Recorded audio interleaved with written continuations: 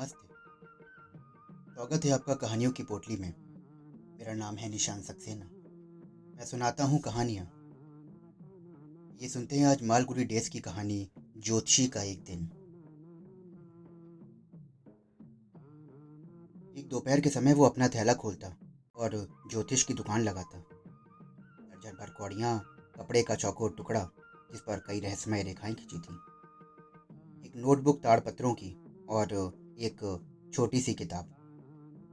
उसके माथे पे बहुत सी भभूत और थोड़ा सा सिंदूर लगा होता और आंखों से एक तिरछी चमक, वो भी ये देखने के लिए कि ग्राहक उसकी तरफ आ रहे हैं या नहीं। लेकिन सीधे साधे लोग इसे देवी शक्ति मानकर भरोसे का अनुभव करते। उसकी आंखों की शक्ति चेहरे पर सबसे ऊपर लगी होने के कारण भी और बढ़ जाती। पर माथे पर प्रभावी तिलक और नीचे गालों तक फैली काली मूंछों के बीच दमकती दो आंखें। किसी अल्प बुद्धि के लिए भी इस तरह की सजी आंखें बड़ी कारगर सिद्ध होती। भाव जमाने के लिए एक सर पर गेरुआ रंग की पगड़ी भी पहनता। ये रंग हमेशा सफलता प्रदान करता था। लोग उसकी तरफ इस तरह आकृष्ट होते जैसे फूलों पर मक्खियां होती हैं। टाउन हॉल के पार्क में लगे रास्ते पर इमली की एक विशाल वृक्ष की दूर दूर तक फैली टहनियों के छांव में वो विराजमान होता है। एक ऐसी जगह थी जहां सवेरे से देर रात तक लोगों की भीड़ गुजरती रहती। सकरी लंबी सड़क पर दोनों तरफ तरह तरह की दुकानें लगी होती। घरेलू दवाएं बेचने वाले, चुराए हुए लकड़ी लोहे के सामान की दुकानें, जादूगर और सस्ते कपड़े की एक दुकान, जिससे लोग जोर जोर से चिल्लाकर हर वक्त लोगों को बुलाते रहते। इसी के बगल में इस तरह शोर मचाने वाली एक मूंगफली विक्रेता, जो हर दिन अपनी चीज को एक नया नाम देता। किसी दिन बम्बई की आइसक्रीम, किसी दिन दिल्ली के बादाम, किसी राजा की सौगात, और लोग हर वक्त उससे खरीदारी करते रहते। भीड़ के बहुत सारे लोग ज्योतिषी को भी घेरे रहते। वो बगल में लगी मूंगफलियों के बड़े से ढेर के ऊपर धुआं देने वाली जलने वाली आग से निकलती हल्की रोशनी से ही अपना काम चलाता। यहाँ म्यूनिसिपैलिटी की कोई रोशनी नहीं मुहैया कराई थी। दुकानों पर लगी छोटी छोटी रोशनियों से ही सबका काम चलता था। एक दो के पास गैस के हंडे भी थे, जिनमें से हर वक्त सूं की आवाज़ निकलती रहती। कुछ दुकानों पर खंभों से रोशनी की लपटें निकलती रहती। साइकिलों के छोटे छोटे लैंपों से भी काम चलते। ज्योतिषी की तरह कुछ अपनी रोशनी के बिना ही दूसरों के भरोसे गुजारा कर लेते। तरह तरह की इन बहुत सी रोशनियों से एक अलग ही मंजूर बनता। इनके बीच में चलते निकलते लोगों की छायाएं अपना रहस्यमय समा बांध देती।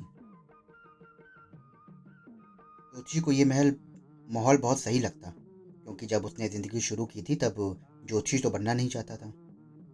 दूसरों की ज़िंदगी में क्या होने वाला है ये जानना तो दूर, वो ये भी नहीं जानता था कि उसकी अपनी अगली ज़िंदगी में अगले मिनट क्या होगा।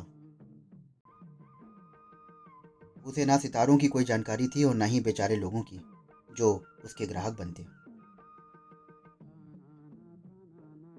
बातें करने में तो वो कुशल था, जो लोगों को खूब पसंद आता था। इसलिए अनुमान और अभ्यास से इस काम में उसने अच्छी महारत हासिल कर ली। यही नहीं, दूसरे धंधों की तरह ये धंधा भी उतना ही ईमान का धंधा है, और दिन भर की मेहनत के बाद जो भी कमाई घर ले जाता, वो ईमान की ही कमाई थी। उसने जब गांव छोड़ा तब ये नहीं सोचा था कि क्या करेगा।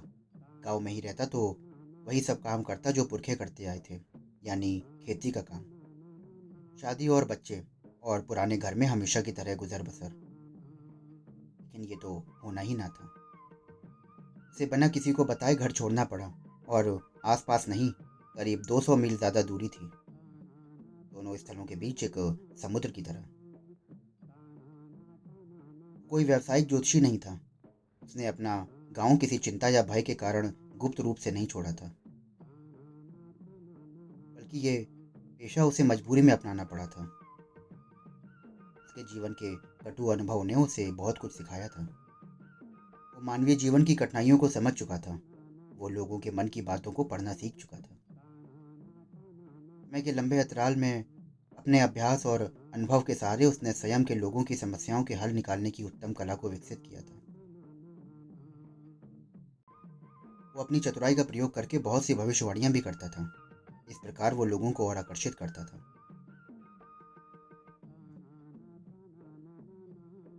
एक दिन वो ज्योतिषी अपना कार्य समाप्त कर रहा था। तभी उसने देखा कि एक अजनबी उनके सामने खड़ा है। उस व्यक्ति को ज्योतिषी ने अपना भावी ग्राहक समझा, इसलिए उसे निमंत्रित किया। ज्योतिषी ने उस व्यक्ति से कहा कि उसकी चिंता को वो दूर कर सकता है। ज्योतिषी के ये कहने पर अजनबी ने उसकी प्रतिभा को चुनौती दी और कहा कि यदि उसने उसे ठगने की कोशिश की तो वो अपने दिए गए पैसे सूद सहित वापस कर लेगा। देर तक सौदेबाजी करने के बाद अंत में वो दोनों एक सौदे पर पहुंचे। उस आगंतुक के सिगरेट जलाते समय जब जोशी ने भागना चाहा तो उस व्यक्ति ने उसे चुनौती पूरी करने की जिद जो दे रखी थी। वो ये जानना चाहता था कि वो अपनी खोज में कामयाब होगा या नहीं। शुल्क के विषय में थोड़ा मोलभाव के बाद उसने अपने 1 रुपए में समझौता कर लिया।